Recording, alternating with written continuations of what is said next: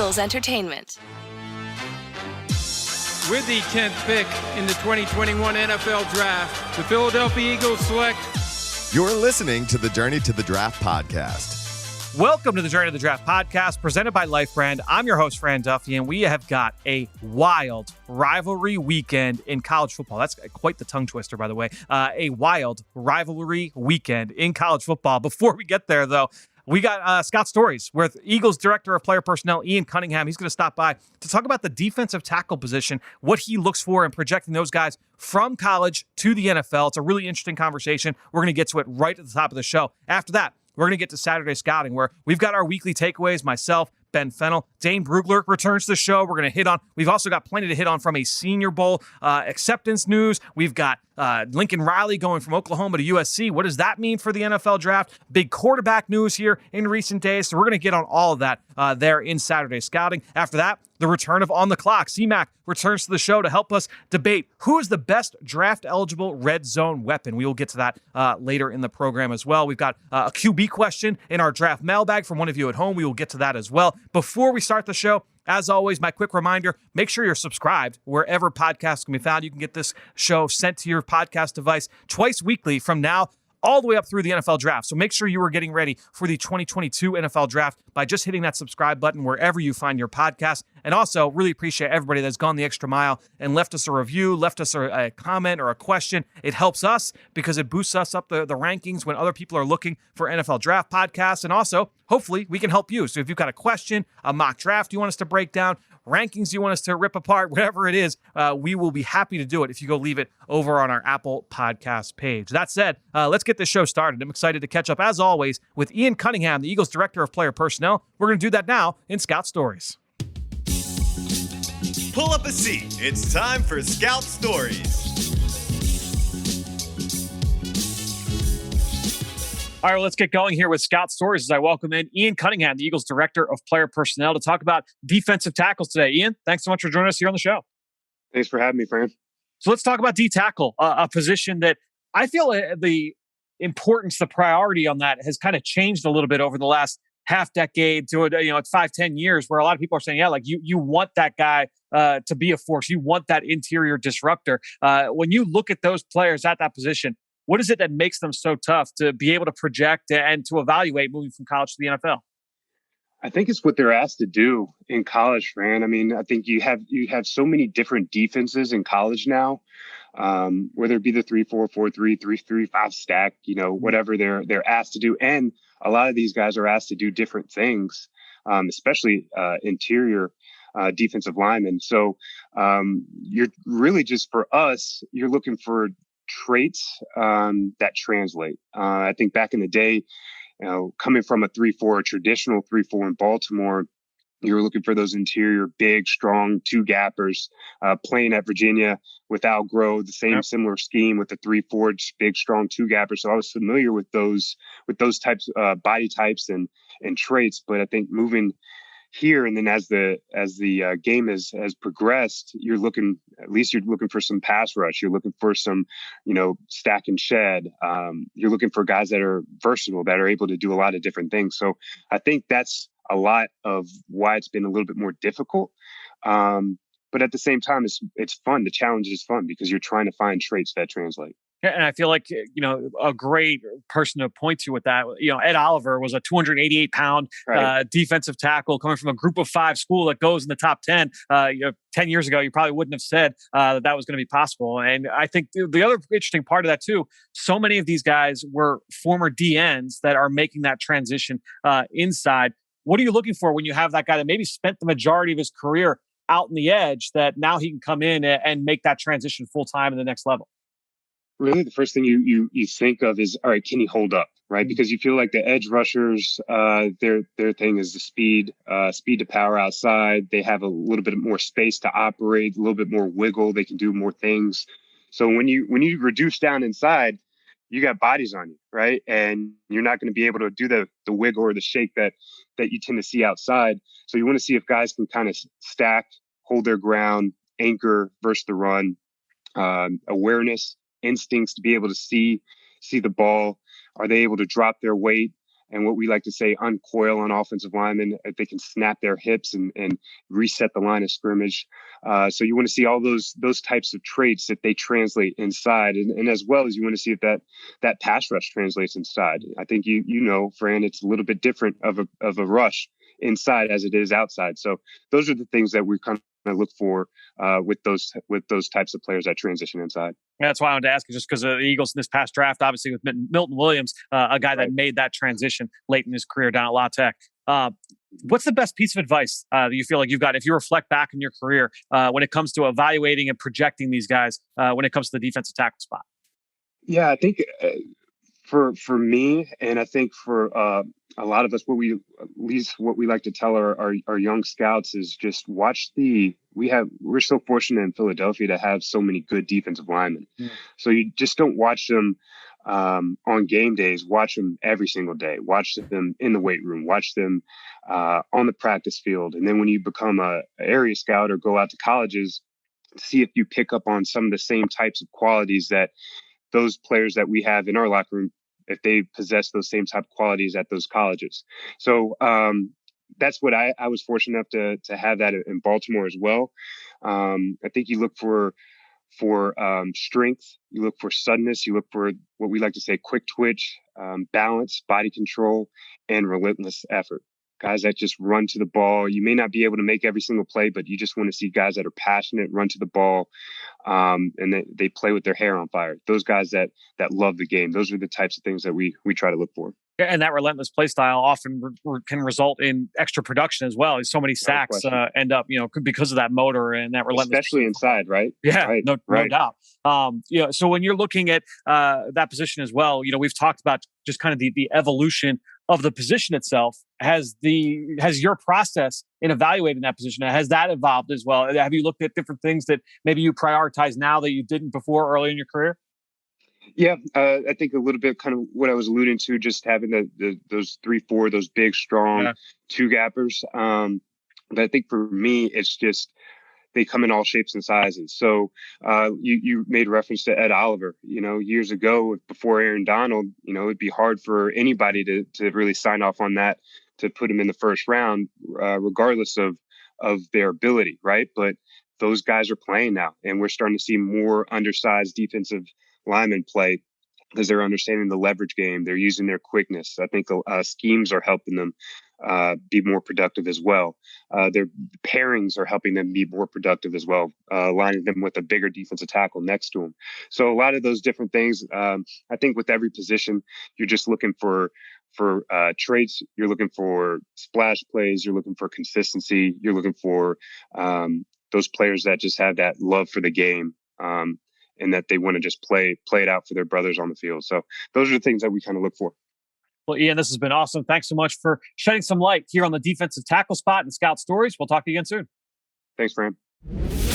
So great stuff there from Ian. And I loved what he said about defensive tackles, where you don't necessarily, and I think people don't necessarily think about that. You look at a defensive tackle and say, oh, well, how much are they really asked to do? Or they line up, they're just trying to get after the ball, get after the football, stop the run, rush the quarterback. There's not a lot of scheme diversity, but he kind of dove into all the different things that tackles are asked to do depending on the scheme they play, especially at the college level. You get a lot more diversity with the fronts. You see a lot more 3-3 stack in college. You'll see obviously the different odd fronts and the even fronts, but what he said about how defensive tackles are asked to do different things, I thought that was really interesting. Loved what he talked about the transition for defensive ends moving to D tackle in the NFL. What are some of the traits you look for with guys making that position switch? I also loved what he said, and I've heard guys like Daniel Jeremiah talk about this.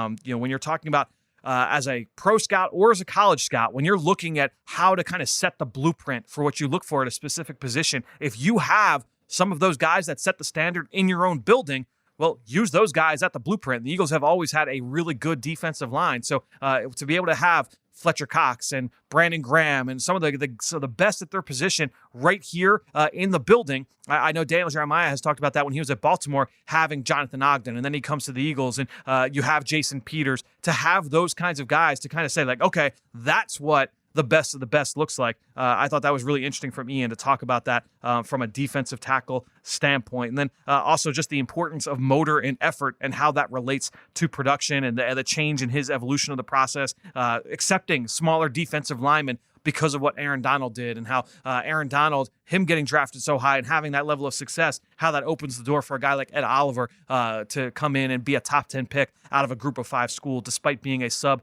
290 defensive tackle. I think it was really interesting as well. So great stuff as always from Ian Cunningham. Always great to have him here on the show. That said, let's get into this week here in college football, where not only do we have some wild upsets, some huge games, some huge college football playoff implications here with what happened on the field, but we've got Lincoln Riley news going to USC. We've got Senior Bowl acceptances. We're going to get into it all right here in Saturday Scouting.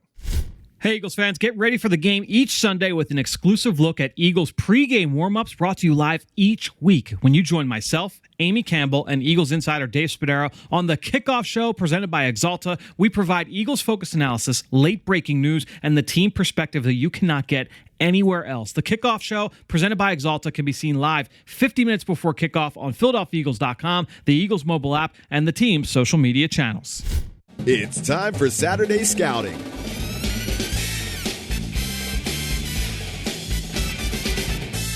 All right, well, like I said, we've got a lot to get to here in Saturday Scouting as I welcome in Ben Fennell and Dane Brugler back to the show for Saturday Scouting. And guys, a lot to get to. Dane, great to have you back here on the show. Let's start things off with the Senior Bowl acceptances. And a lot of names here over these last few days, none bigger than what we saw at the quarterback position on Sunday. The Senior Bowl making it official. Liberty quarterback Malik Willis, Cincinnati quarterback Desmond Ridder, both heading down to Mobile. This is just big because for all evaluators trying to get eyes on these guys, this is another huge opportunity for Ridder and for Willis, and we'll see what other quarterbacks end up down there to be able to set themselves apart. Dane, your reaction to Willis and Ridder heading down to the Senior Bowl? Well, yeah, and we knew they were probably going to be headed there. If they received the invite, they did. Hopefully they stay true. You know, we've seen quarterbacks in the past bail out, but both these players need the Senior Bowl. Neither of them are lock first-round picks, so they could really channel a week of Senior Bowl practices and turn that into maybe moving up a little bit for on some teams' boards. For Ridder, it's all about being more consistently accurate. We know that he's an athlete. We know he can sling it. For a guy that size, he moves well. It's just, can he be consistent with his ball placement down the field? And, that can be tough at times when you're dealing with all new receivers and, the setting of Senior Bowl practices. But that'll be big for him. And then for Malik Willis, it's just, he comes from a very defined passing game at Liberty. It's just going to be all about going through reads and a lot of stuff behind the scenes with him, with NFL coaching. So excited to see both those guys at Mobile. Yeah, I am excited to see both and how they handle on the field. And Ben, the other big thing too, being able to work with NFL coaching for the first time, right? And I think that'll be big we don't know at this point who's going to be coaching down there at the Senior Bowl, but a good opportunity for both of these guys to, work with some NFL coaching for the first time. And see, they're going to be basic level concepts and terminology, but being able to work with that, I think will be big for those guys. Yeah, and those two are going to be joining Bailey Zappi from Western Kentucky, who's having an incredible statistical season as well. So there's only 3 quarterbacks with accepted invites so far. Really interested to see. Yeah, Kenny Pickett as well. That's a good point. Yep. Really interested to see how Jim Nagy fills out the rest of the roster, because the senior quarterback landscape maybe isn't the sexiest or the deepest. Want to see which of those juniors, redshirt juniors, maybe have that degree in their back pocket, thus making them eligible for the All-Star games. Some I might have my eye on in the senior circuit, like a Brock Purdy or a Phil Uravic, Boston College, guys like that. Really interested to see how Nagy finalizes his rosters. Well, and two names to keep an eye on: Carson Strong from Nevada, and then Sam Howell. He's a guy that's supposed to be a graduate, and he could be one of those guys that maybe gets an invite. So two names to definitely keep an eye on here over the next month. And that's the thing. We're talking about some of the guys that are being talked about. The only one that's outside that is Matt Corral, right? I don't think he would be a guy that people are talking about getting that degree by December. So very interesting opportunity for all of these guys to be able to help themselves throughout this process. But these quarterbacks, not the only ones to be announced for the Senior Bowl. A bunch of other names here just in the last few days. Ben, since you and I last recorded last week's episode before Thanksgiving. So let's just kind of buzz through. We'll kind of go speed round here on some of the names announced by the Senior Bowl. And we'll start here with Cincinnati wide receiver Alec Pierce, who was a big target. He has been a big play target as well for Cincinnati. He's got the ability to impact downfield, converted linebacker early in his career, who has found the wide receiver position. He is a good blocker. Like I said, I mentioned he can impact the ball down the field, but also down in the red zone, an effective weapon. So Alec Pierce has that ability to be a three-level threat and also a little bit of a dirty work player as well in the middle of the field. Interesting player heading down to Mobile. I'm a big Alec Pierce fan. He might be a top 10 receiver overall. Overall, the receivers, juniors included, when it's all said and done, he has that type of talent. Love his background, former volleyball player, goes out for track his senior year of high school and helps set some school records. Comes from a family of athletes. Both of his brothers play collegiate basketball. His older brother played at North Carolina for Roy Williams. So just there's a lot going on with Alec Pierce athletically, and we've seen him really blossom on the field this year. So good to see him get the invite. He's a really talented player. Continuing down our list here, Jeremiah Hall from Oklahoma, fullback, more of a receiving H-back than a true fullback or a traditional tight end. He was Mr. Reliable for that offense, doesn't drop the football, gives you a little bit after the catch, but there's a lot of dump offs in that offense. And so it's going to be great to see him run maybe a few more routes during Senior Bowl practices. Yeah, really excited to see him in combination with Connor Hayward down there. Kind of unique bodies. They aren't true tight ends. They really aren't true fullbacks. More wingback, H-backs that can do a little bit more with the ball in their hands, but at the expense of real true lead blocking. Really creative players. But it was great to see Ohio State Buckeye join the Senior Bowl acceptances late last week, and tight end Jeremy Ruckert, who I think is the best blocking tight end in the class, has really good size at that wide tight end. Just remember, the tight end's not featured in Ryan Day's offense. He was a high recruit, number 2 tight end in the class, ahead of guys like Kyle Pitts and Pat Freiermuth. He's just really not featured in the pass game. And I know he had a couple of nice catches down the stretch last year on their way to the national championship game. But he only had 13 catches on the season, 5 touchdowns, a lot of nice catches in the red zone. He may be that style of tight end at the next level, but everybody wants a guy that's 255, 260 that can put their hand in the turf and block defensive ends in the run game. That's what Jeremy Ruckert's going to do. So I think he's going to be the best blocker down there in Mobile at the tight end group. And I'm really interested to see what type of draft capital somebody's willing to spend on him. I love Jeremy Ruckert. He's so much fun to watch on tape because of what he does in the run game.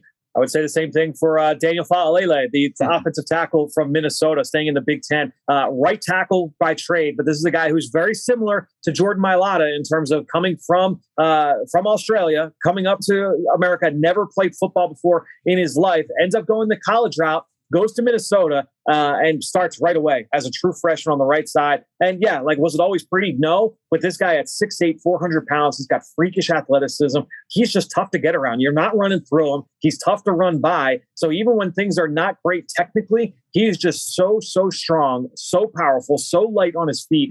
He's going to be a lot of fun to watch down there in person, down there in Mobile. So Daniel Fa'alele on the right side, going to be a lot of fun down there at the Senior Bowl. I can't wait to see him in those one-on-ones. That's going to be fascinating to see how he uses all this talent that he has to stop some of these, quick twitch rushers in the one-on-one setting. So that'll be a lot of fun and really, really interesting to see how he holds up. Sticking with offensive lineman Marquise Hayes, the guard from Oklahoma, 3-year starter at left guard for the Sooners. Thought he was a little up and down as a run blocker, but defenders were not getting past him in pass protection. Or as pass rushers. It felt like he had maybe at least one penalty in every tape I watched. So there are things he needs to clean up. If he wants to be a cement himself as a draft pick, I think a solid week at the Senior Bowl is going to be important for him. Yeah, and finishing up here on the offensive line, UTSA's darling season, unfortunately, took their first blemish last week. They were undefeated up until the North Texas game. But I'm glad that Jim Nagy extended an invite to their left tackle, Spencer Burford, who's been a 4-year starter at left guard, left tackle, blocking for Sincere McCormick, who has all sorts of production and silly explosive runs. He was a 4-star recruit, highly touted out of high school. In fact, the first ever 4-star to land at UTSA. Remember, it's a fairly new program. I think they're only in about year 8 or 9, maybe just pushing 10, but really interesting player that's experienced. 6'5", just about 300 pounds, but he's got a good-looking body, good-looking lower half. You could see the bubble, really good on a track, has square, smooth pass sets. He's one of these guys that's checking a lot of boxes in that group of 5 play. You just want to see him against some better competition and really see if there's something special there. But he's a guy that's really well built, a pretty good zone blocker out there for UTSA.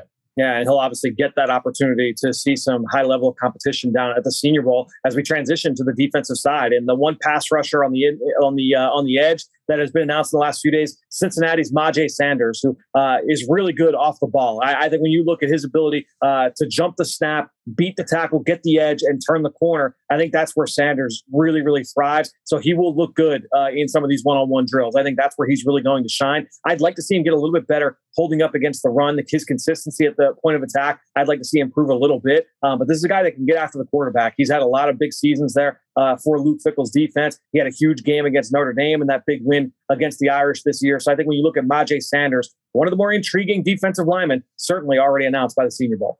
I love watching guys in one-on-ones get opportunities down at the All-Star game that have the good first step, that are really good at timing the snap. Because in the one-on-ones, you're not beating guys just off the ball. You have to be a little more technical. You have to have a pass rush plan. You have to be efficient with your hands and your movements. So I want to see if he has a little bit more technique and more of a pass rush plan with counter moves. We know he can jump the snap. We know he has a good first step. We know he can slash inside on games and twists and shooting gaps into the B gap. But want to see if he's a little better with his hands in a vacuum. And one of the more important numbers from the week will be Myjai Sanders, his weight.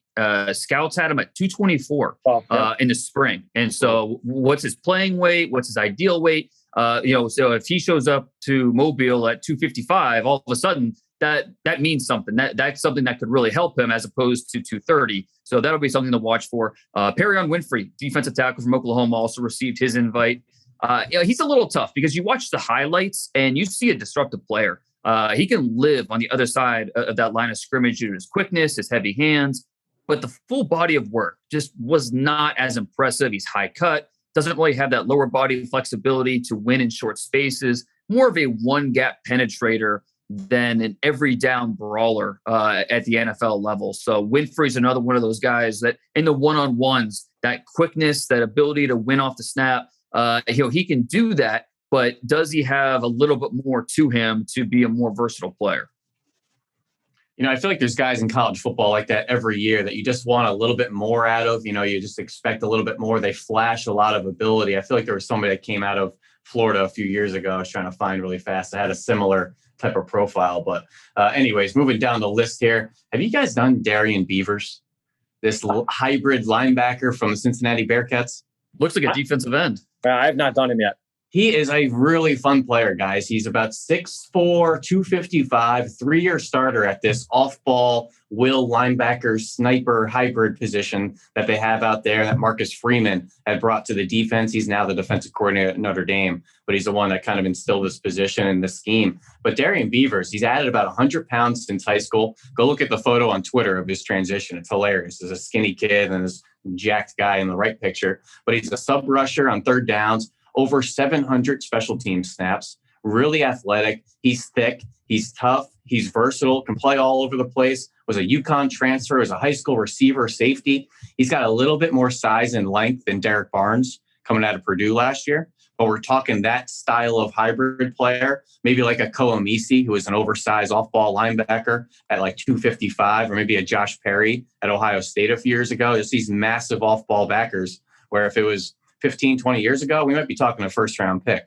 But right now, obviously, the base defenses are kind of a dying breed in the NFL. Darian Beavers needs to find a positional home. Don't get caught in no man's land being a hybrid player. Let's see if he could play off ball at the next level. If not, get down on the edge as an outside linebacker, set some edges, and get after the passer. You like him more or less than Jesse Luketa, who has a similar kind of profile and position projection? Yeah, I think the positional versatility and usage is all over the place. I want to, kind of streamline a base usage for these guys, let them be sub rushers. But at the end of the day, athletic, special teams, can hunt and chase from the backside. Just want to see, do you have the size? Luketa, I want to see if he has the size and strength to hold up at edge. Beavers is the other way. I want to see if he's got the speed and the play quickness to kind of play off ball. And if you can't do that, then go to the more traditional home for both those guys. Interesting. Well, let's get to a more traditional linebacker here. And Jeremiah Gemmel, 6'1", 225, 3-year starter for North Carolina. And what I really like about Jeremiah Gemmel, number one, his play recognition skills are really, really strong.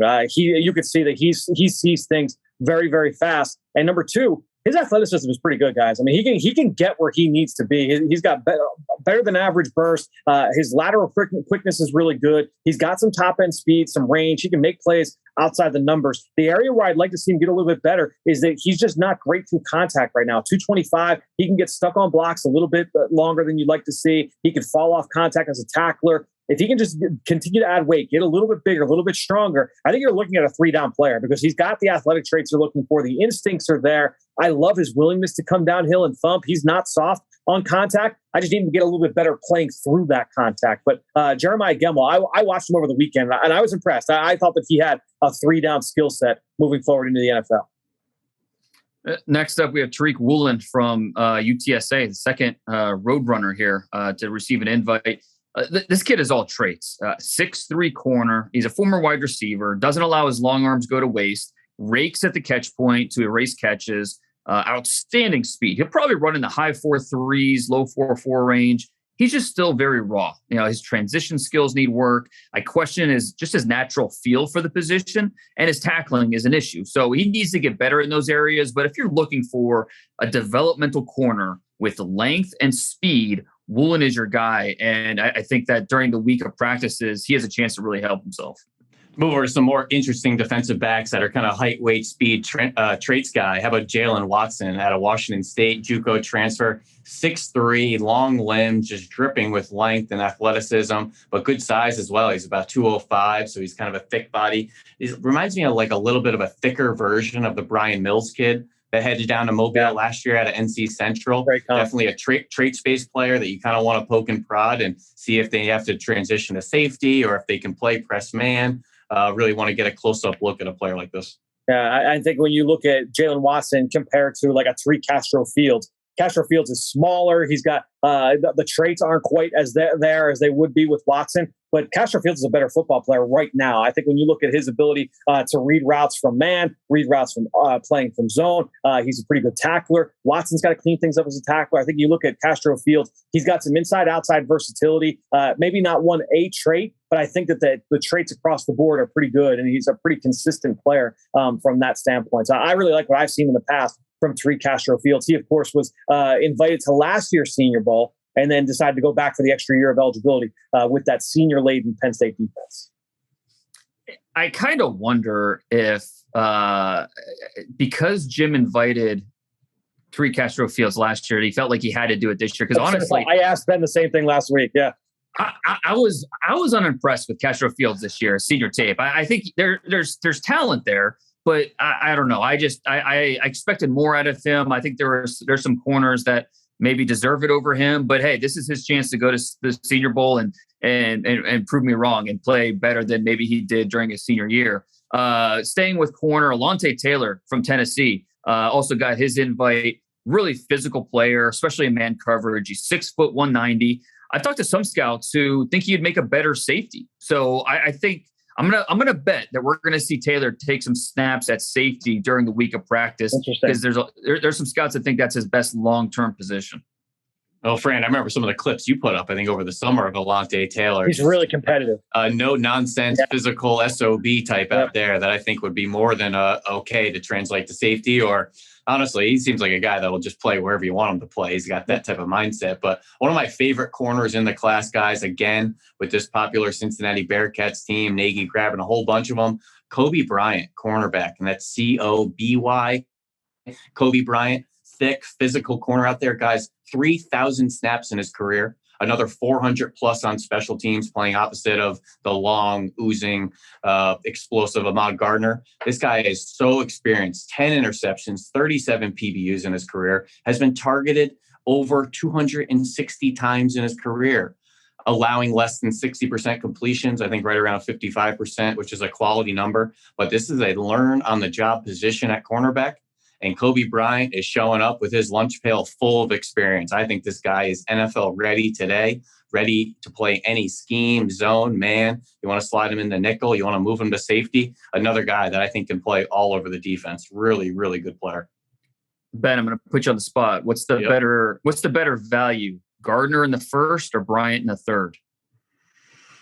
That's a really good question. I got to go with a Kobe Bryant. If I could get a corner like that in the third round, I think I'm more than okay with a guy that's shown the ball skills, shown the experience, shown some positional versatility, shown some scheme versatility. Not to say Ahmad Gardner isn't anything, but just weighing to feel like I can get a starting caliber player in the third round. Ask any GM in the NFL. If you find a starter in the third round, they're almost going to run to the podium and say, I don't care what name, give me a starter in the third round. I think first round, we're expecting him to be a starter and a playmaker. Give me a Kobe Bryant in the third round. Yeah, I think I'd probably agree with you. And to stick with that Cincinnati secondary, Brian Cook also accepted his invite. One of my favorite mid-round guys this year. One of the best tacklers that I've studied this cycle. Diagnoses quickly, comes to balance on the move, gets low to finish. He reads well from depth. He out leverages blocks in space. The coverage is going to be key during Senior Bowl practices. Can he hold up in man? Can he see things develop and make plays on the ball? That's really what I'll be focusing on with Cook, because I think he's a pretty good player. And really quick, just to round out my point on Perry and Winfrey as I was having a brain fart, I reminded myself a little bit of like a Kawan Short out of Purdue, and that he would flash and the play would kind of come on and off. But Caleb Brantley at Florida about 5-6 years ago would flash some amazing play, and then he'd leave you kind of wanting more. I think Perry and Winfrey is the same thing. Could be a better pro like Kawan Short has been since his time at Purdue, or could be a Caleb Brantley where those flashes few and far between are for a reason and really not an NFL caliber player.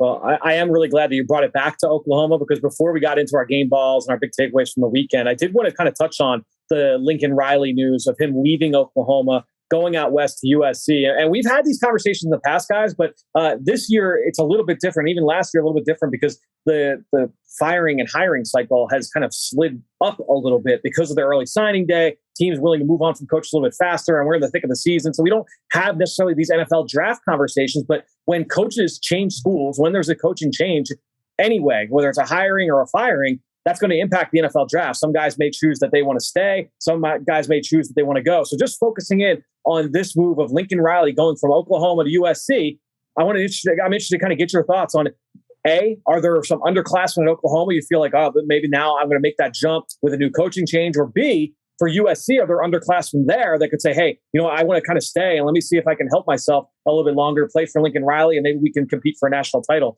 next year. Dane, whichever way you want to go here, I'll come to you first. Well, I think the main guys are, probably gone. Nick Bonito, he almost came out last year, so I think he's gone regardless. Drake London from USC. I'm told Chris Steele is going to go pro. I'm told he might probably won't even play this weekend against Cal. He's gone. Or the corner from USC. Yeah, right. I'm not even sure if that's out there yet, but it sounds like his season might be over. He might be, 1 foot into the NFL already. A couple of players that I think could be on the bubble, maybe Brian Asamoah, the good linebacker from OU. Maybe he comes out now. And then I'm also interested in Eric Gray at running back, who transferred in from Tennessee, basically fell out of favor, lost his touches, even though I think he's significantly more talented than those other OU backs. He's going to be an interesting player to keep an eye on here. Does he stay put in OU? Does he transfer again? He has so much talent. I just hope he gets put in a situation where we're able to see it. Yeah, and I guess I'll go the other way with the conversation. I'm interested to see what USC's landscape is going to be. Yeah. Who is kind of excited to stay, who maybe wants to leave and bail. Jackson Dart, true freshman quarterback, looks like he's kind of a player with really good size and mobility at like 6'3", 210, has flashed some really exciting play. Keaton Slovis is a true junior. Obviously, his season and sophomore year haven't gone since really coming on the scene as a true freshman. Don't forget, they had the number 1 player in the class last year in Corey Foreman. So these are guys that could be a little bit undetermined with who they want to play for in the future as well. Not to mention, Lincoln's been on the recruiting trail this past season. I mean, they have Raleek Brown, who's a 5-star committed to Oklahoma, a really impressive defensive lineman, and Brownlow Dindy, a 5-star committed to Oklahoma. Does this mean they follow him over to USC? Do they reopen their recruitings? Do they stay true to their Oklahoma roots? We'll have to see. I think it's going to be really interesting. But at the end of the day, guys, I am excited for the Pac-12 and the West Coast to have more juice. More recruiting juice, more spotlight, national juice. We need it. And to see, the CJ Strouds and the Bryce Youngs and DJ Ungolays, all West Coast guys get dispersed across the East Coast of college football and the SEC. We need to keep some of them out on the West Coast. I want to see Oregon compete for national championships. I want to see Stanford contending and being a ranked team. I want to see USC battling Alabama's and stuff in the playoff. That's just good for college football, in my opinion. So I want this Pac-12 to step up and compete and be real, legitimate contenders on a year in, year out basis. I think one big thing to keep in mind, too, with Lincoln Riley going over to Oklahoma, and this is an unknown from our part, from a terminology standpoint in that Lincoln Riley offense, remember, kind of comes from that Mike Leach air raid tree. Graham Harrell, the offensive coordinator there at USC, he's an air raid guy through and through. And so some of that terminology may be the same, and that could help a guy like Keaton Slovis. That might give a little bit more comfort for a Drake London if he wants to stay put, right? And so that one is certainly interesting. And then the other big wild card in this news came late on Monday morning. Spencer Rattler, the Oklahoma quarterback, a lot of people thought could be the potential number one pick entering the year. Well, he has officially entered the transfer portal. Now, does that mean that he's definitely going to stay in college football as we sit here on the last day of November? I would say no, that's not a definite. Remember, the same thing happened with former Buffalo quarterback Tyree Jackson. They had a coaching change late in history. What was the 2018 draft, right, guys? A few years ago. He entered the transfer portal and then kind of read the landscape a little bit. More rumors started circulating about where he could go in that quarterback landscape. Oh, he can go to the Senior Bowl, help himself. He ended up leaving the transfer portal and going into the NFL. So I think just kind of following that Spencer Rattler news, I think that could be interesting. We'll see if he decides he's going to go somewhere else. Does he follow Lincoln Riley to USC? Does he go, does he try to jump into the NFL? Just an interesting news to kind of follow there with Spencer Rattler.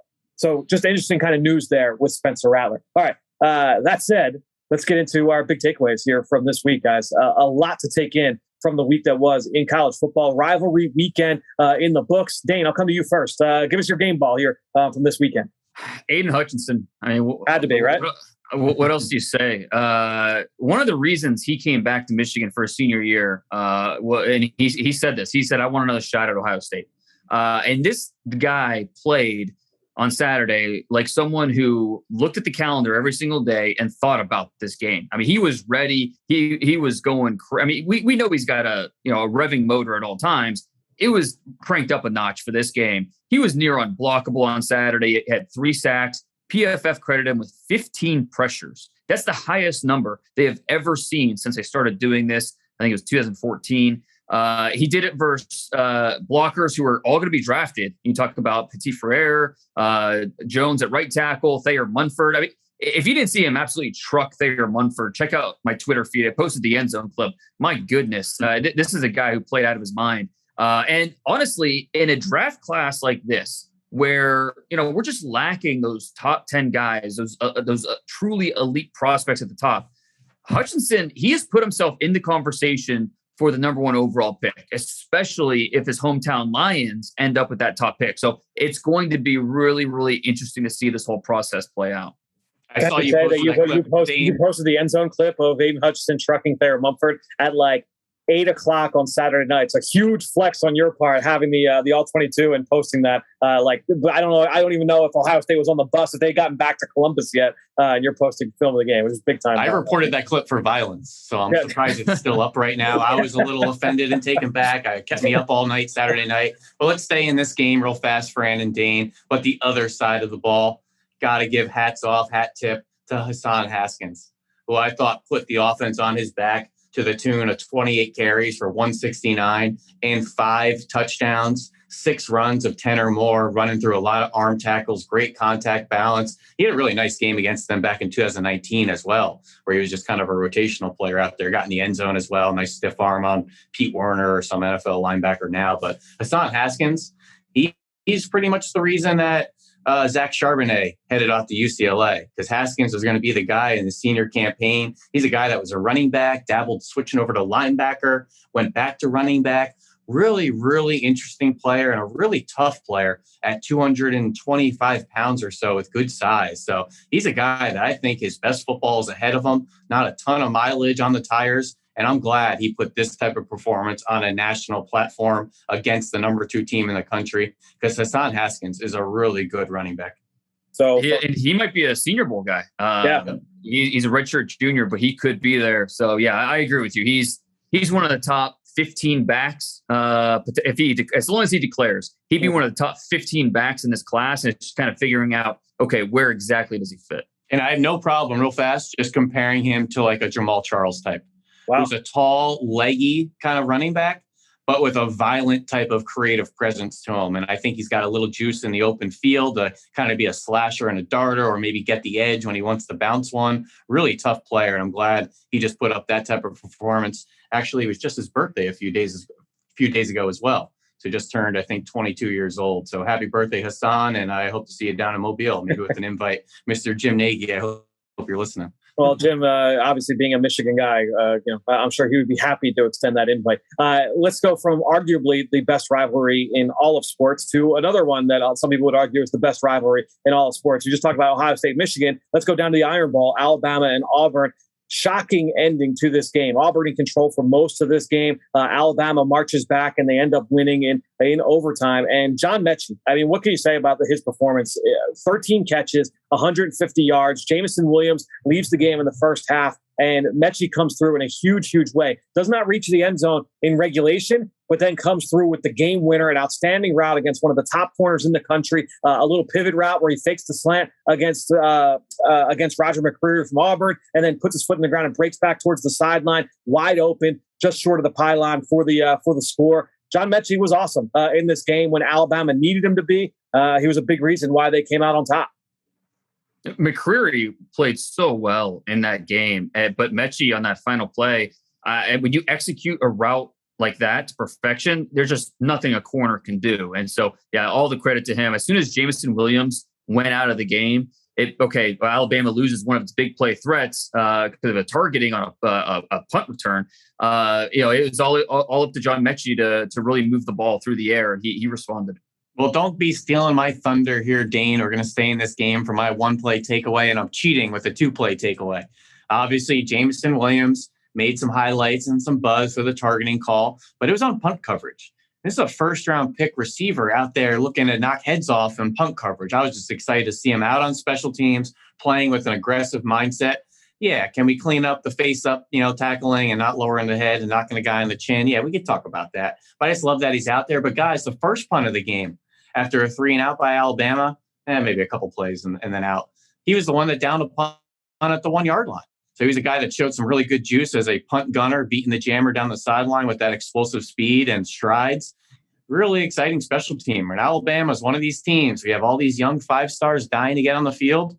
Special teams under Nick Saban is a veteran position. A lot of times you're going to see the leaders and the veteran guys on the roster playing those special teams parts. Look last year, first-round pick Patrick Surtain, special teamer. Devontae Smith, special teamer. Guys that were the who's who of college football do those roles. So it was great to see Jamison Williams out there making some good plays, a couple questionable plays, but he's a special teamer and a great athlete as well as being a great receiver. I love it. I'm going to stay in the SEC. That Florida State game, guys. I don't know if you've seen the run from Damian Pierce, the Gators running back, leading rusher each of the last 2 seasons. It was low red zone. They hand the ball off to him, and his helmet pops off mid-run. He lowers his shoulder. Helmet pops off. He's like 7-8 yards from the end zone. He keeps going and lowers his shoulder into contact at the goal line, powers through for a touchdown. And there's a penalty on the play because you're not allowed to do that. But that just like speaks to this kid's like mentality as a runner. He's like all fired up after the play, like just going insane. That's like, whoa, like this guy's got a lot of juice that he's bringing to the field. What's the circumstance there? Is the penalty on him? Yes, you can't keep going if you've got your helmet off. Especially the helmet pops off, you're just in surrender mode. You got to go down. Correct. You got to go down. Yeah, and so you don't see that called very often. No, well, I mean, you usually don't see guys do that very often. It was insane. Like you just got to go find the play. It's on Twitter, and just a ridiculous play from Damian Pierce. I think that speaks to his competitive nature. The official's reaction to that play was priceless. The still image. I don't know if it's the umpire or who it was, but his eyes were just like, oh my, wide-eyed, and like he couldn't believe what he was watching.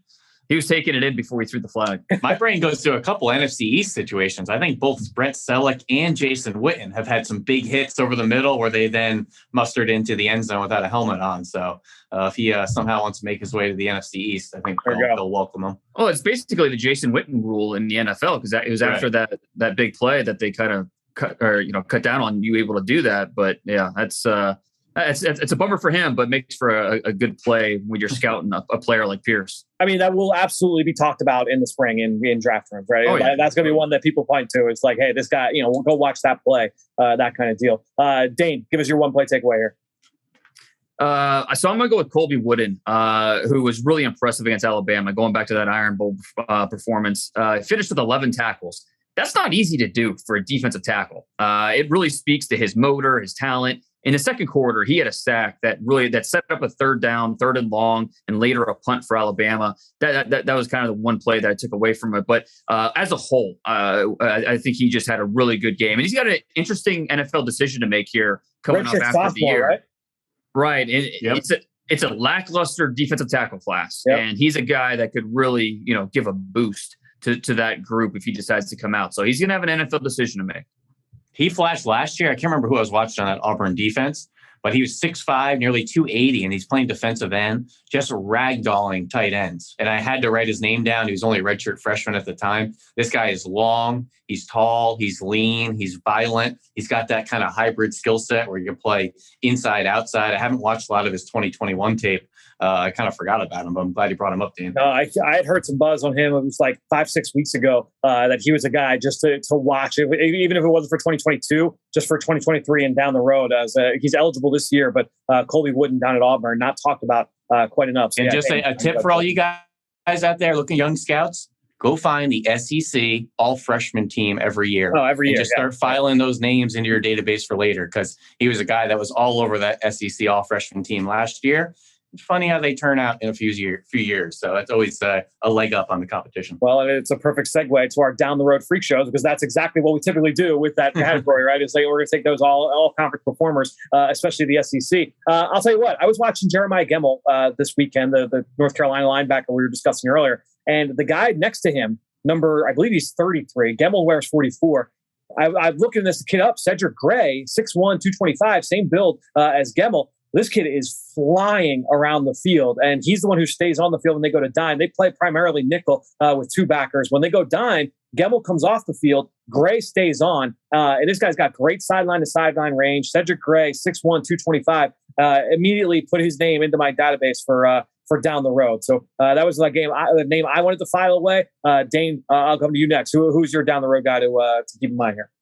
I'm going to go with Will Shipley, the running back over at Clemson, who the last 2 weeks has really stood out with his ability to make guys miss, really productive. He averaged 6.3 yards per carry against Wake Forest. And then this past weekend against South Carolina, they had a little bit of momentum going into that game. Felt like maybe this is the year that they finally knock off Clemson, and they lost 30-0. And Will Shipley was a big part of that Clemson attack. He averaged 6.7 yards per carry on the ground.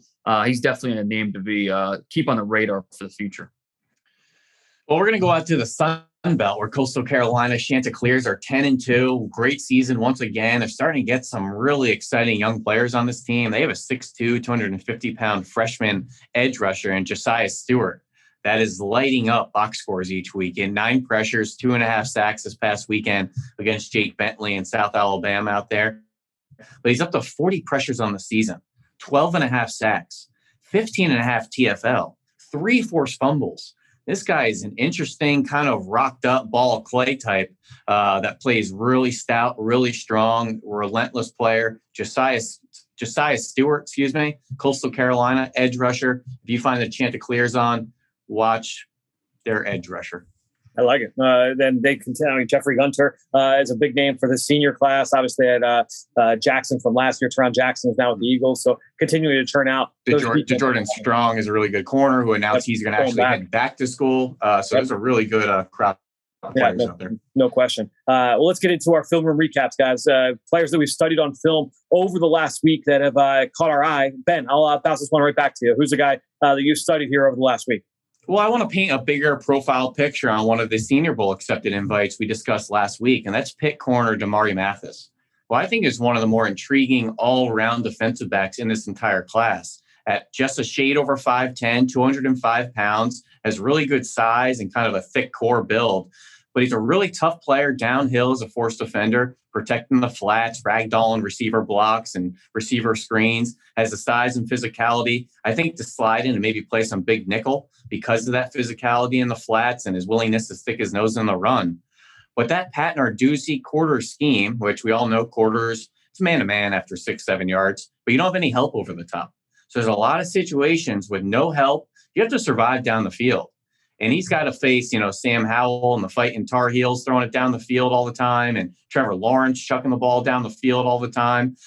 He survived down the field quite a bit in these isolated situations where he had no safety help. So his ability to turn and run, the savviness to play the ball, being tough downhill as well, it's kind of a unique skill set. It was a really strong year in 2019, opted out last year. And I think that's really where he kind of fell off of radars. He's from Lakeland, Florida, which all intents and purposes, we want our defensive backs from Florida. They just move different. They act different. It just is what it is. We want DBs from Florida. Remind me a little bit of like a Chidobe Awuzie from Colorado, that kind of tough, rocked up corner.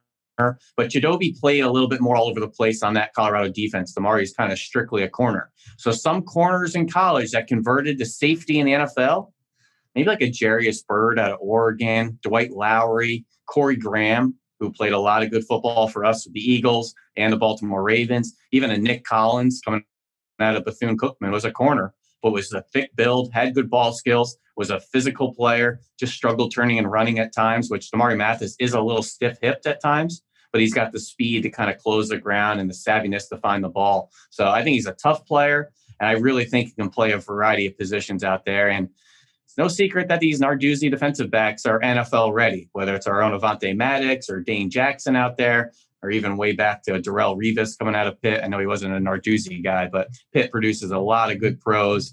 Larry Fitzgerald, Aaron Donald can obviously go through the list up and down, but Damari Mathis, really good player on that Pitt defense. Mathis is a guy I actually was talking to a scout last week. He said that he personally had a 3rd round grade on him, and thought he was somebody that could really blow up the combine as a guy to watch here moving forward. Yeah, I don't know if he's going to be like an all-world tester. I don't know if he's like a loose type of high speed explosive athlete. I think he wins by being tough. Will beat you up on releases, kind of lean on you in the route. It's going to be really physical and balanced at the catch point. I just don't know if I see an explosive player that's going to jump out the gym or run in the 4.3s or even 4.4s for that matter. So interested to see kind of how he handles some things down in Mobile and maybe kind of dabbles with some of that positional flexibility down in Mobile. I mean, we saw a Fatu Melifonwu, tall, long corner, defending tight ends down in Mobile. And now he's playing some sub linebacker for the Lions. I think Mobile is a great launching pad to kind of explore some ability. All right, Dane, let's come to you. Who's your guy next? I was way too low on Devin Lloyd. This guy, he is so good. I mean, and watching him, and it's not like I didn't think he was good. He was like in the 30s on my top 50 board. But watching him the last 4 weeks, the last 4 games, his performance against Stanford was one of the best linebacker tapes I've seen in the last few years. Watching him against Oregon, watching him against Colorado. I mean, this guy is so explosive. He's so versatile with what he does. You watch the Cowboys and Micah Parsons and what he's doing. I don't think that Lloyd's quite on that level. I mean, Micah Parsons is just one of the rarest talents we've seen. Lloyd's a little different, but in terms of the versatility, in terms of how he can impact a game, he has that ability because he can rush the passer. He can drop in coverage. He can beat blockers to the spot and blow up the run game. There's just so much you can do with him. And I mean, he is one of the top 15 players in this draft, maybe even higher than that. I mean, he is a really, really good player who I was not as high on beginning of the year. Watching him against USC, watching him against Washington State, saw a good player, but missing tackles here and there, and this. But watching him the last month, I'm sold. I mean, he is one of the best defensive players in this draft. 3 points really fast here. He's a guy that I think is starting to embody some Fred Warner. The NFL, I think they're almost spitting images, height, weight, speed, even the way their body kind of hangs. They're high cut with long legs, can run and trigger really well. Number 2, he played some defensive end 2 weeks ago against Oregon. You guys see the spin move against the left tackle that flushed the quarterback out? That was one I threw the notebook at the wall. I was like, come on, he shouldn't be able to do that as well. He just checks all these boxes. The third thing, watched a lot of his 2020 tape. I tweeted about him in the spring saying I thought he had some eye violations at times, had some issues converting from run to pass. That was my thing. Getting back in some play action windows. Long story short, I criticized him a little bit on Twitter. He private messaged me and said, I'd love to discuss, some of the things I need to improve on for next year. Wasn't a hostile conversation. It was I want to be better. What are you seeing that I can be better? And we had a good little back and forth where I showed him some clips and he kind of explained his side of the story. Long story short, great attitude on this kid that he saw a little bit of criticism and didn't, take it and turn it into a chip on his shoulder. It said, what are you seeing? Where can I be better? And everybody wants that type of player in your locker room, and you want to coach that type of kid. That's a good story. About a guy that's heading down to the Senior Bowl. We talked about him last week. He will be in Mobile. We talked about Damari Mathis. Ben, you broke him down. He's heading down to Mobile. I'll wrap things up here with a guy that I think will end up being in Mobile, and that's Alabama defensive lineman Phidarian Mathis, 6'4", 312 pounds. I've been watching this kid since his freshman year because he was kind of in that rotation with that Alabama Crimson Tide. And Ben, as you mentioned, you find that SEC all-freshman team, and you're going to find guys we're talking about down the road. Mathis was one of those guys. He was SEC all-freshman back in 2018. And what stood out to me was as a backup, he'd come on and play 1,000,000 miles an hour. He was always active, always chasing the football, played like his hair was on fire every single play. So, as you start to get more reps, you think like, all right, if you're a starter now, instead of playing 10 snaps a game, you're playing 40. Is that effort going to wane?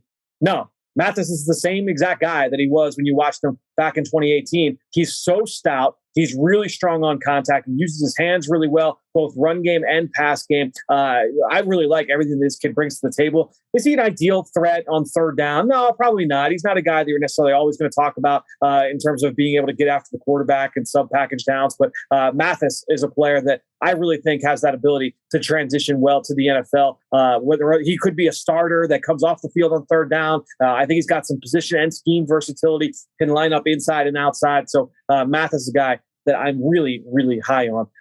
Let's wrap this segment up by saying, before we get to On the Clock, the CMAC, let's just give people a little bit of a refresher on where we're at with On the Clock. Right now, as we enter this competition, I've got 4 wins.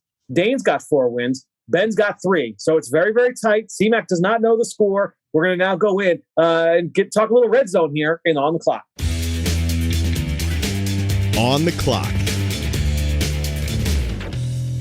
All right, let's get down to business here with On the Clock as we welcome in Chris McPherson. First time in a couple weeks. CMAC, I don't want to update you on the score. I don't want to sway you one way or the other. I will just say that it's tight across the board. Let's get into this topic. Best draft eligible red zone weapon. So it's a very specific area of the field, but leaving it open in terms of position and impact. Oh, don't paint the picture here. Don't taint the possible votes here. But Ben, you get to kick things off here. It's been a jam-packed episode. It's great to be back. It's the pinnacle of the season as we're getting closer and closer to the draft process itself here. So, Ben, let's get rolling. What you got for us? Best draft eligible red zone weapon. Well, I think this is an easy one for me because I'm just going to point to the most productive and most prolific red zone weapon over the last 2 seasons. And that's tight end Cole Turner out with the Nevada Wolfpack. And you may be thinking, Cole Turner, who is that? Well, he's a converted receiver, showed up to campus at 6'6", 210. He's now up to 6'6", 240. And is this pass-catching nightmare down the seam type of red zone weapon for Carson Strong and those Nevada Wolfpack out there. Leads college football in red zone touchdowns the last 2 seasons with 16, 3 more than our own Devonta Smith, but his obviously Heisman campaign was pretty insane that he's even in this conversation. Leads in red zone contested catches and only has 1 drop with all his red zone targets over the last 2 seasons. Has great hands, can make adjustments, excellent contact balance in the catch point situation with really good balance in his lower half and can kind of get bumped around but keep his concentration. You see that basketball background where he was a first team all area in basketball, was kind of a stretch wing player with a lot of length. He could shoot, but was a good rebounder as well. So the balance, the hands, the production, the size at a legitimate 6'6". He's not going to come in at 6'4" and change. A legitimate 6'6" with range, with hands. And CMAC, his sports hero is Calvin Johnson. I mean, is there a better above the rim catch point player to embody a Cole Turner than his sports hero and Calvin Johnson? Cole Turner, tight end in Nevada, may not be on everyone's, first round mock drafts, but he's the best red zone weapon in the country. So certainly helping out the quarterback there in Nevada with all that background information. And I thought you were a Dane there for the second there. So going deep there. Great opening salvo. So Cole Turner, certainly on the radar. Love the production. Love the fact he's done it over a couple of years. So great starting point. Fran, who you got for us at number 2? So I will go to the wide receiver position, and I'm going to go to another one of the top pass targets for one of the top quarterbacks in this draft. Cole Turner catching passes from Carson Strong out of Nevada. Let's go to Desmond Ridder and his favorite weapon in the passing game, and Alec Pierce, who is going to the Senior Bowl, 6'3", 213 pounds. He's got outstanding size, C-Mac. When this guy first got to campus, they had him at linebacker just because of that physicality. They moved him over to receiver. He continues to fill out that frame. And this guy is not just competitive. He's an outstanding blocker. He's great after the catch. But he is a freak show athlete. He was on the freak list this summer with Bruce Feldman. And some of the numbers that have come out from this kid are outrageous. He jumps out of the gym, C-Mac. 40-inch vertical jump. So you talk about who's a guy that can go up and win at the catch point. Alec Pierce, at his size, 6'3", 213. He was a great volleyball player. His mom was an outstanding volleyball player at Northwestern. You need those jumping ability, that jumping ability in that sport. And I think when you look at Pierce with his size, his physicality, that shows up in a number of ways, but especially down in the red zone where C-Mac this year, no one has caught more red zone touchdowns than Alec Pierce. So not only does he have the skill set, but he also has the production. He's got the sizzle and the steak to back up what I'm talking about here in terms of him being the best red zone weapon in this class. Alec Pierce going to the Senior Bowl, not really talked about all that often, but he is a big play threat, 17.6 yards per catch entering the season. But when you get down inside the red area, he also has that ability to be a weapon for his offense. Love the versatility there, especially when I think back to Cincinnati players who started as a linebacker, converted. I think of Eagles' own Jason Kelsey once upon a time, many moons ago. So Trent Cole, Connor Barwin, Brent Selleck, the Cincinnati program and the Eagles. Yeah, Cincinnati connection. Trent Cole, can't forget the Hunter right there. So last but not least, Dane, bring up the caboose. Who do you got for us? I'm waiting for a hammer here. I'm going with Drake London, who was basically the USC offense before he fractured his ankle Halloween weekend. But before the injury, he led the country in several receiving categories, including targets. He hasn't played in a month, and he still ranks 15th in college football in targets, which is just crazy. But he's averaging 15 targets per game when he was on the field, and nobody could stop him. And they knew where the ball was going. He was that offense. And I think that's why London is the answer here, because even when he's covered, he's open. He's a large framed athlete, 6'5", makes terrific adjustments on the football, plays physical through contact. And, I know it's kind of cliche to talk about playing above the rim. But it's a very fitting way to describe London because he played for USC's basketball team. You see those skills translate to the field. High pointing with timing. He can finish. He's competitive, frequently making plays over defensive backs. Of his 7 touchdowns this year, 5 came in the red zone. And according to PFF, London has the highest success percentage on contested catches, 67.9%. And that's so 28 contested targets, 19 catches. That's just an outstanding rate. So you consider the size, the basketball background, the proven ability to play through contact and finish contested catches. Give me London in the red zone because he's going to win those one-on-one matchups. What is the size for London? 6'5", 212, 213. Beautiful. So 3 outstanding prospects, again, all draft eligible. Ben, are we going to see Cole Turner at any of the All-Star games? I believe he's a Senior Bowl acceptance, if I'm not mistaken. I don't have the full list in front of me. Fran, Dane, can you? He is. Yeah, he's going to Mobile. Okay. Okay. They're just helping your cause here, Ben. Jeez. So obviously we'll get to see him at the All-Star games. It'll be exciting to see. Again, size great on all these guys, productive, all tough. Really, really tough here to go through. I think Ben just did a great job of selling it early. You got, again, 6'6", outstanding size there. The Megatron comparison, has the production over multiple years, which is huge. Obviously playing with an NFL caliber quarterback. I'm going to give the vote this week to Ben. So Ben, you're going to get the vote here. Again, I think all three guys, Pierce, I love the toughness as he played linebacker. Drake, London was outstanding and productive. And anytime you throw in the PFF metrics with the contested catch rate, that's why I wanted to follow up on the size, because I was waiting for you to tell me, he's all his production, but he's like 5'10" or something like that. But still, all across the board, also plays basketball. But I love the multi-sport versatility for all three of these guys. So all great cases. And I'd love to see how this draft process plays out here down the line here. But I'll take Cole Turner, the tight end from Nevada. Ben, you get the vote this week. So I appreciate that. It's not all about me, though, C-Mac. It's just the right decision here. It's the right choice, whether it was mine or not. You just have to give it up to Cole Turner. Just so happened he was my pick. That's the right decision. Well done, C-Mac. Now it's time to hear from you, the fans, in the draft mailbag.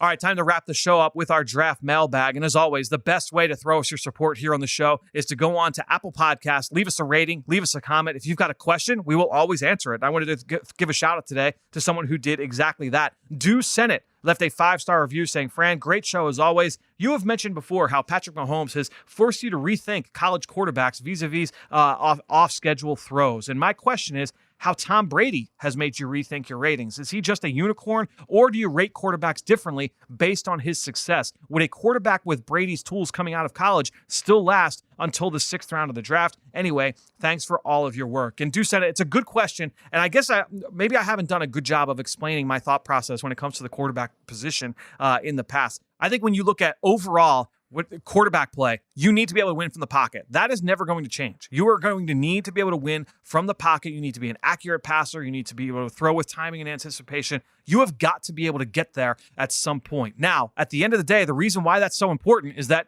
defenses are too good. They are too fast. They are too complicated. They are going to beat you on a handful of snaps at least every single game. So you have got to have answers for that as a quarterback. Traditionally, what that has meant is that you need to be able to do that with your mind and with your arm. You have to have those answers mentally. That said, you're seeing more and more quarterbacks be able to come into the NFL, and maybe you're not there mentally yet, but if you've got that ability to play outside of structure, so hey, you don't have the ability to win with your arm and with your mind inside of structure yet, but you can create, you can get outside the pocket and be able to make plays. Well, now that can bide you time until you get to that point. The goal is always to get you to look like Tom Brady. Now, the whole point is you're not going to get there in year 1, in year 2, in year 3, in year 4. We've seen the guys that are considered the best in the league. Patrick Mahomes is going through some ups and downs this season, right? Josh Allen has gone through some ups and downs. Lamar Jackson has gone through some ups and downs. That doesn't mean they're not one of the best quarterbacks in the NFL. That just means that young quarterbacks, if you don't have that ability to always be able to win from the pocket, there are going to be there's going to be a little bit of a roller coaster, right? And so I think when you're looking at young quarterbacks coming into the league, if you don't have that ability, if you don't have that superhuman, that trait to be able to create, well, now the offense has to be able to answer some of that for you. And we're seeing that up in New England, right? Why is Mac Jones performing at such a high level for the Patriots? Well, they don't put a lot on him from a physical standpoint. Hey, you have to be able to create on this play. We're going to create everything off the run game and play action, formation variation, and you just have to go out and execute a handful of throws each and every game. And we're going to get you to that point where now you have all the answers. Because Mac Jones doesn't have all the answers either right now. But I think it's a really interesting discussion. Honestly, it requires a little bit more nuance than what I'm talking about here in this short segment. But to clarify my previous statement, when I talked about Patrick Mahomes, he played so far outside of structure at Texas Tech. He was the wild stallion that was like, man, you watch him and all the arm talent in the world, then not just the arm strength, but consistent accuracy. But he was just such a wild card. He never played from the pocket. Everything was, I'm going to run around and create, and I'm going to make this throw off this angle, and I'm going to run to my left, and I'm going to run to my right, and nothing is going to be as scripted. When I watched that, it was very hard to project to say, this is going to work in the NFL. At times, that has been really, really good. Most of the time, that's been really, really good. That has also been a little bit of his downfall this season when they haven't had success, right? So to me, when I look at it, his accuracy, consistent accuracy, that's what sets Patrick Mahomes apart. Maybe he's not always playing within structure, but when he breaks the pocket, his ball is always on the money. It is where it needs to be more often than not. He makes throws that 99.999% of quarterbacks cannot make. And so that to me was the big standout ability with Patrick Mahomes. It wasn't necessarily that he always made plays outside of structure and that's what stuck. It was more that when he made those plays outside of structure, the accuracy was always there, was always consistent. And so that was my big learning point from Patrick Mahomes and projecting him from college to the NFL. So do send it. It was a great question. It's a great topic, and it's something that I try and talk about all the time here on this show or over on the Eagle Eye in the Sky podcast, especially in the offseason when we can take kind of more big picture macro looks at the league and at scheme and at player development. So stay tuned here. We'll continue to have these quarterback discussions moving forward here on this show. Good stuff this week from Ben Fennell, from Dane Brugler, from Chris McPherson, of course, from Ian Cunningham as well, from the Eagle Scouting Department. Stay tuned next week. We'll be back with another one of those segments here, Scout Stories. We only have a few of them left, so stay tuned for that next week here on the show. But we'll be back later this week. Ross Tucker, Ben Fennell will be breaking down a big mock draft. We're going to have a couple other guests as well, Eric Calco from the Shrine Bowl. Stay tuned for that later this week right here on the Journey to the Draft podcast presented by Life Brand. When the clock hits all zeros, the game might be over, but the action is not. Join us for the post-game show presented by Rico for instant reaction. Watch live as Coach Nick Sirianni and Eagles players come to the podium and meet with the media. We will make sure you do not miss a word. Myself, Ike Reese, and Gabriella DiGiovanni will also break down the game live at the desk and hear from Eagles insider Dave Spadaro to get his thoughts. The post-game show presented by Rico can be seen on PhiladelphiaEagles.com, the Eagles mobile app, and the team's social media channels.